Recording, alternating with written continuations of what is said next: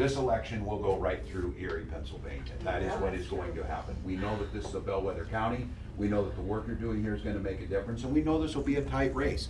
But the good news is we've got a better plan to work with people. We got a better opportunity for folks when they see an opportunity economy. We got a better candidate in Kamala Harris to be out there.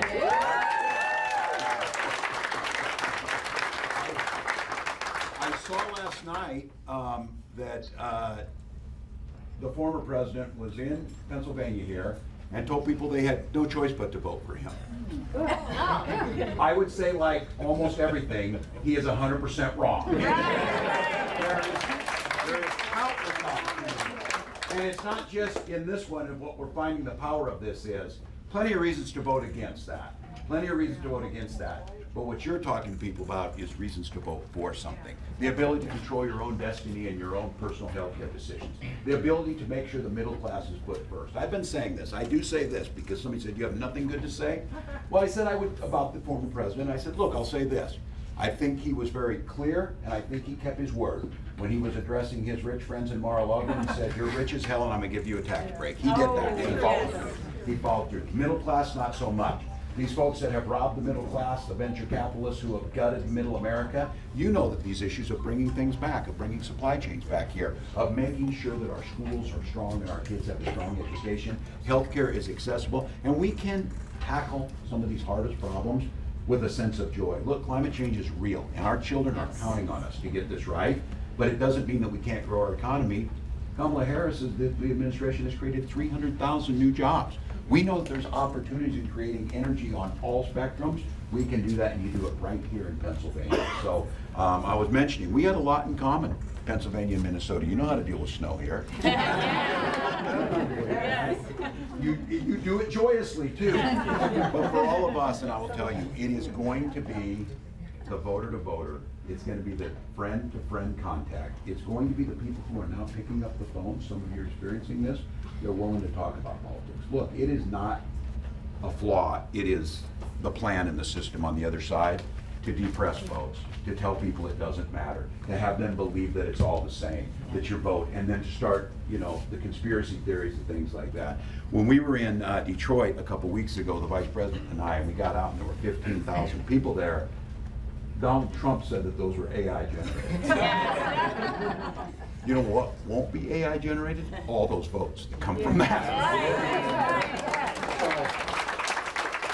We have got 50 offices of people just like you. We've got shifts being filled up by people calling their neighbors. Every single one of those voter contacts is one step closer to what we say, this isn't the end. Politics isn't the end, it's a means.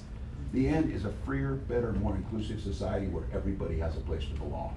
And we keep talking about this idea of freedom, of what it matters, freedom to make your own healthcare decisions, freedom to set your life forward, freedom to breathe clean air and drink clean water. Those are all freedoms. And I'm going to say it today because it's heavy on every one of our hearts. I talk about this. Freedom for our kids to go to school without being shot.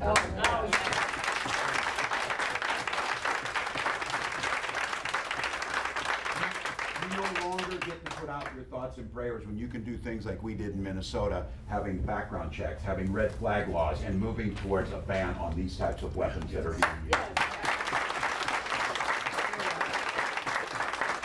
I say it as a gun owner, I say it as a veteran, I say it as a hunter. None of the things we're proposing infringes on your Second Amendment right, but what does infringe upon this is our children going to school and being killed is unacceptable. It doesn't have to be this way. So we end that with our votes. We end it with a vision of a better America. And for each of you, I hope you're feeling the sense of history that's upon you here.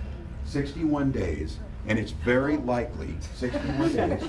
I'll use my line, sleep with your dad, not but 61 days that you're part of something, and it really isn't hyperbole. There's a very real chance that the calls are being made here could make the difference in the vote and make the difference in Pennsylvania, that can make the difference in this election, that can make a difference for generations to come, not just in this country, but globally. We need leadership that trusts our allies. We need leadership that is showing true leadership and decency around the democracy. All of those things come through this office. So it's a little bit daunting, but it's also really exciting because everybody in this office knows when this story is told about this election, you're going to be able to say I did everything I could. I was down there on a beautiful Thursday afternoon.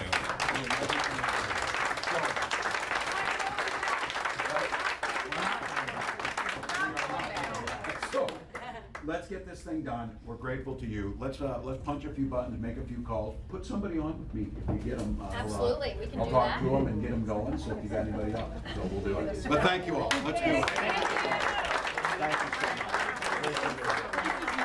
We're heading out the back. Guys, we're heading out.